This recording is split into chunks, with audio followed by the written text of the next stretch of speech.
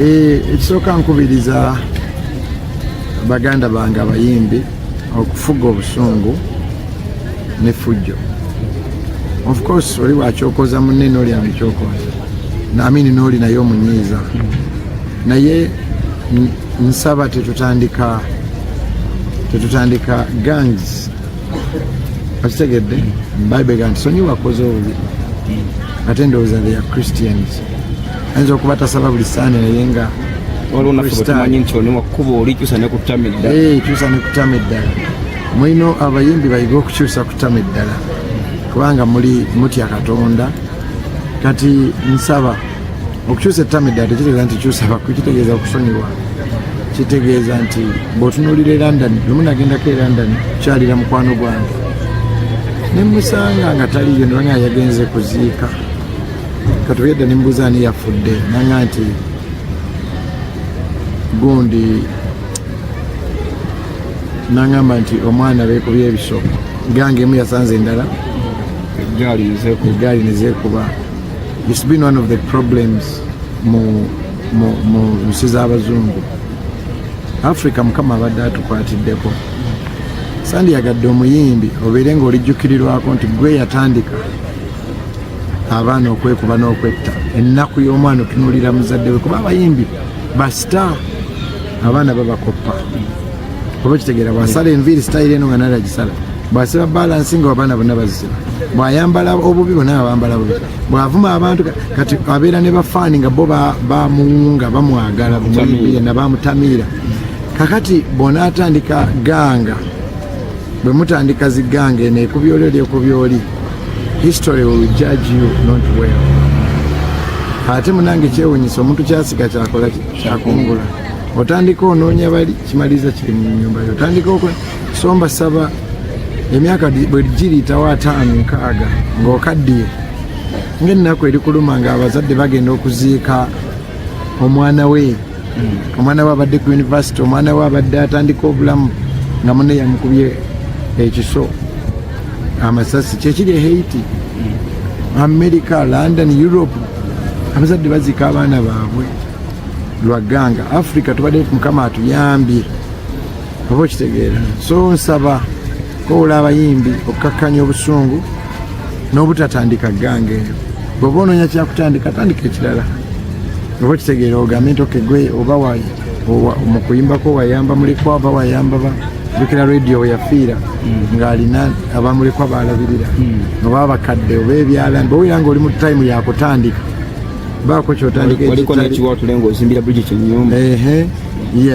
baako kyotandika ekirala ekitali kirumya abantu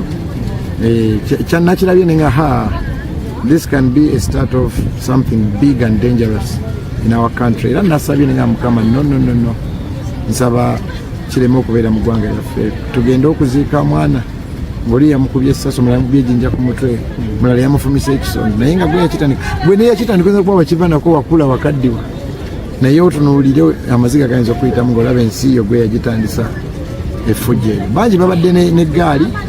naye nga tebatuuka kweri effujjo bwe lityo. So I pray nti obusungu bukakkane tusonyiwagane tuleme okutandika ekintu ekibi nnyo mu ggwanga lyaffe. Musumba katonamuko twaliko mu service lumu notugamba agensikini yakuba essimu nakuba essimu nagamba nosoka nowekanga mukono ogamba nti oba nyakubira najjamu nakubira era essimu nakwata nagamba kitole yali agezaako okukuba essimu kwetonda oba kumusabira? No, yali yeebaza kuba tiimu ye yajja ne tumusabira ng'ali mu kkomera. Kyali kintu kirungi, kyali kikolwa kirungi nnyo kyeyakola. Yankubira nange neebaliza ekkanisa navuddeyo mu kkomera era n'ekkanisa nenjigamba kuba bajja ne tusaba. Nze nsanyuka nnyo ba celebrity batagenda mu masabo nga bafunye ebizibu ne bagenda mu kyaki okusaba Katonda obubakwatiramu. Bannayuganda apeniya baganda bange waliwo n'agamba apeniya nga bambi ali mu kkomera mulala ali mu ddwaliro ng'abuuza happy yaliwaawo naye togwamu maanyi mwaka gukyali muto nnyo tandika suubira ebyamagero awo nyine oba bagaliza omukisa gwetwagaliza mu sabusi ya Bible Dawudi yagamba nti nakoola Mukama n'awulira essaala yange n'anzigya mu kinnya ekiwanvu n'anfunira ekifo ekituufu nyine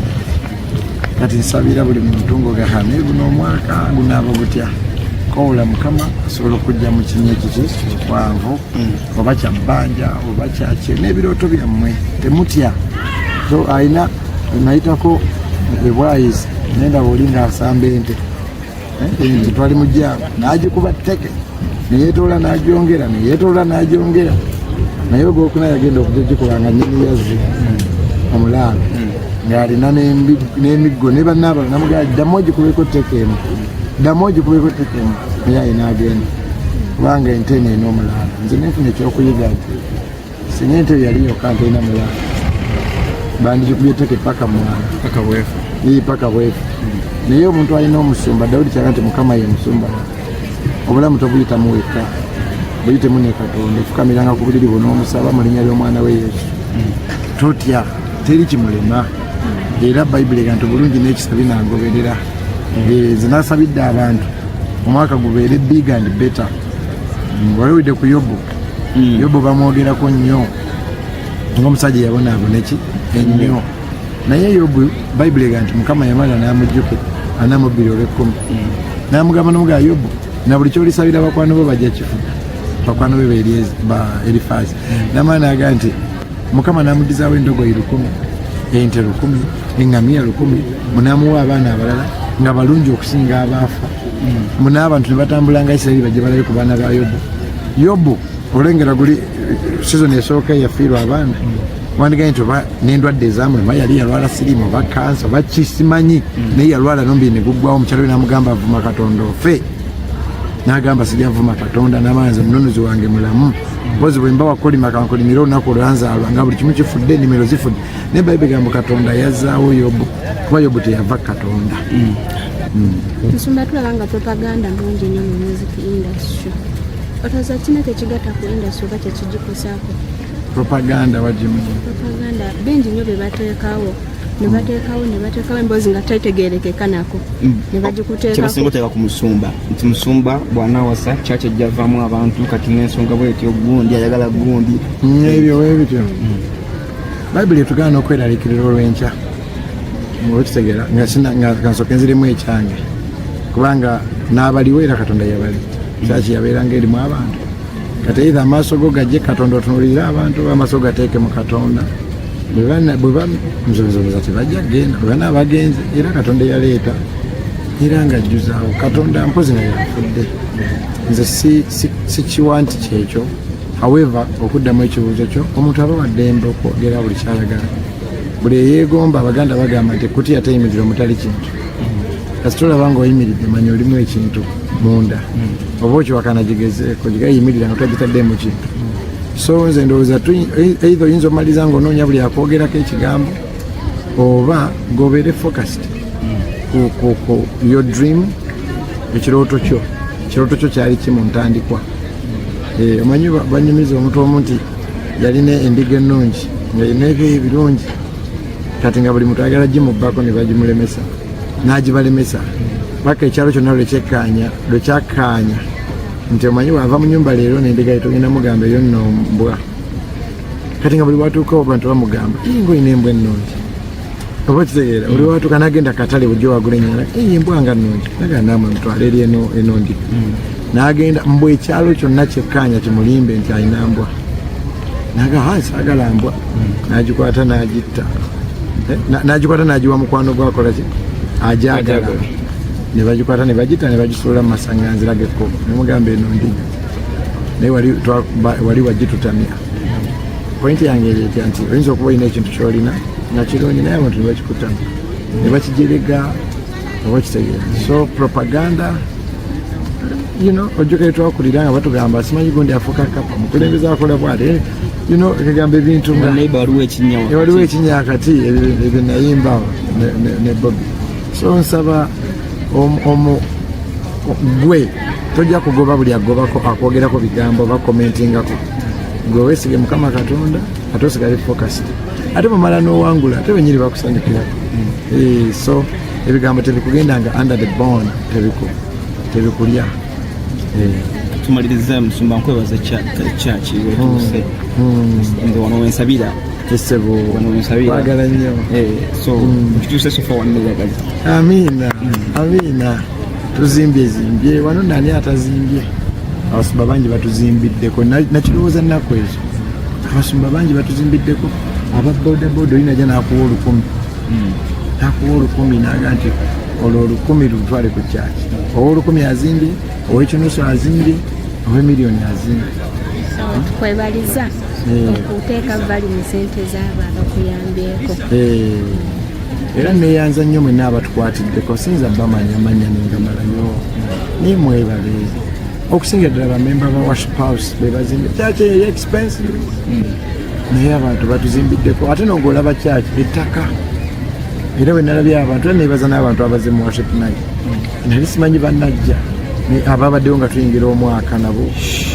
abantu babadde esawa 5 poliisi tebaddamu kuyinga tabaddegalawo era mutusabire ate mbebaza obugumiikiriza abamu bayimidde nga n'okwera tawulira bangambye screen za overflow zekyanga twategekera abantu emitwalo nga2 ndoza waliwo abantu emitwalo nga3 oba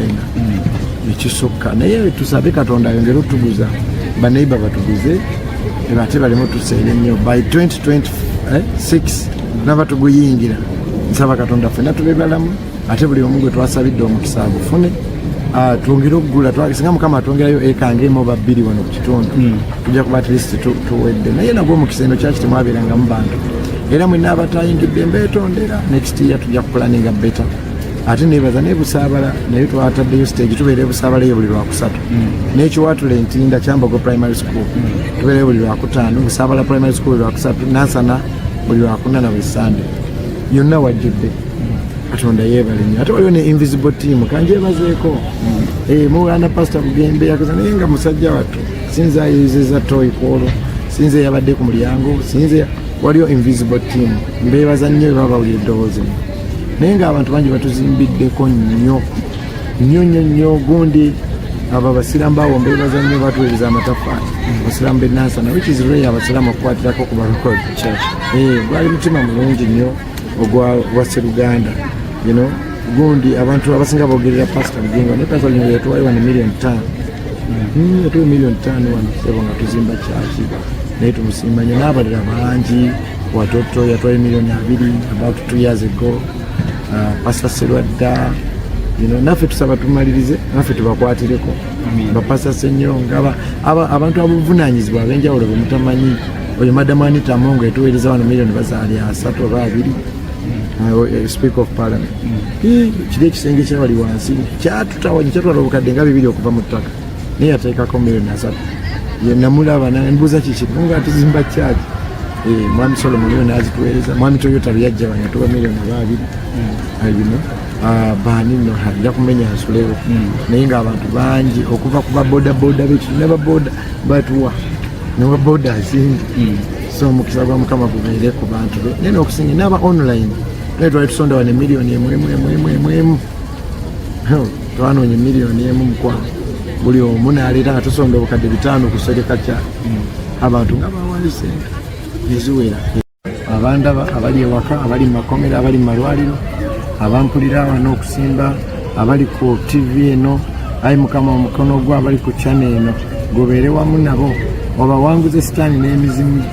n'emizimu gye obakuume obataasa okufa obataasa amakomera obataasa okulwala guno omwaka obagulirewo enzigi obawa omukisa obayise abe wabwe batandise sumulula ebigere byabwe birinnye mu nnyonyi bakuumayi Katonda bajjeeko okuziikaziika bajjeeko okulwala bajjeeko olutwe bawe okuganja obulungi n'ekisa bagoberere nga Zabbuli 23:6 goodness and mercy buli bafulumu emiryango gyabwe mu obulungi n'ekisa ebyamagere bagoberere n'okuganja n'abamu ng'ekkubo lyababulako erya kyaki kyenasabidde abantu mu nkooka waliwo omuntu omunga erya kyaki erya loogi alimanyi eryebbaala alimanyi erya loogi ne bazibiriza atuuka naye erya kyaki lyakola ki lyabula saba Katonda abawe muddemu olabe ekkubo lya kyaki oddeyo osabe mu linnya lya Yesu Kristo omukisa gubeere ku mmwe n'abaana bammwe Katonda abawe ssente abawe obulamu abasonyiwa ebibi omwaka mugumaleko nga mugufuniddemu ebirungi bingi mu linnya lya Yesu Kristo Mukama waffe amiina.